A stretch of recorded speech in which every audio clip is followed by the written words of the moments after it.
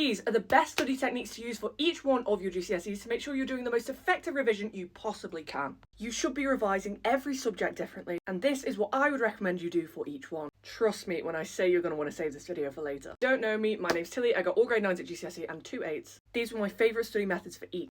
And by the way, I'm posting my top study tips and tricks every single day until your exam. Be sure to follow me so you don't miss out. Let's kick this one off with maths. I've got 2 words for you. Practice papers. Start with the practice papers to identify those topics that you're losing marks on, and then figure out why you lost some marks. Was it just a silly maths error, or did you not understand it? If it was the latter, you want to get yourself on YouTube and watch some videos to thoroughly understand it. English literature. I honestly found blurting was the best way to revise because you have so many characters, themes, quotes. It's also great to make links between characters and themes, etc. And then use flashcards for key quotes. English language. Absolutely plough through past papers and get your teacher to mark them, but also understand how the mark scheme is broken down. You know, how many AO1 marks, how many AO2, etc, etc. Science. Specification, so important. There's so much you need to know, but there's so many things that you don't need to know. Make sure you're only learning what's on that specification. Watch YouTube videos if you don't understand something, and then blur. And then practice papers and use the mark scheme because key phrases come up time and time again, and you will pick up on them if you repeatedly do practice paper questions. Into optional subjects. By the way, if you haven't saved this video yet, what are you doing? History. I genuinely found blurting was the most helpful, but doing it in chronological order,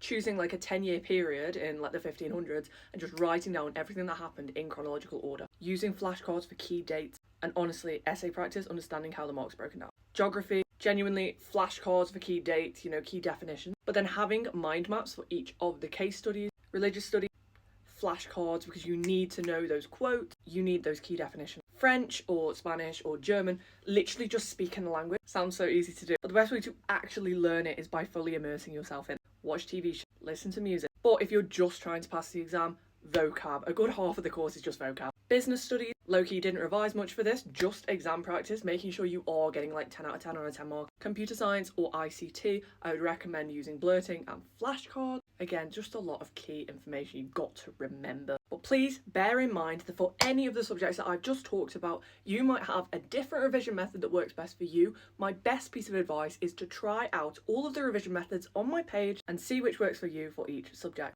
Give it your all and you will get the grades that you want in your exams.